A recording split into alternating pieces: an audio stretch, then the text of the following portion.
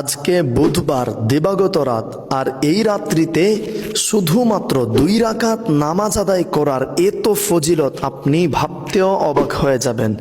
আল্লাহর রসুল সাল্লাল্লাহু আলাইহি ওয়াসাল্লাম বলেছেন, এটা আমার মুখের কথা না, সরাসরি আল্লাহর রসুল সাল্লাল্লাহু আলাইহি ওয়াসাল্লাম বলেছেন, বুধবারে এই দিনে বুধবার দিবাগত রাত্রে যদি কেউ 2 রাকাত নফল নামাজ আদায় করে, একটি নিয়ম আছে, এই নিয়ম অনুযায়ী যদি 2 রাকাত নামাজ আদায় করে, আল্লাহ রব্বুল আলামিনের 7 আসমানের প্রত্যেক আসমান থেকে 70,000 করে ফেরেশতা দুনিয়াতে অবতীর্ণ করবেন।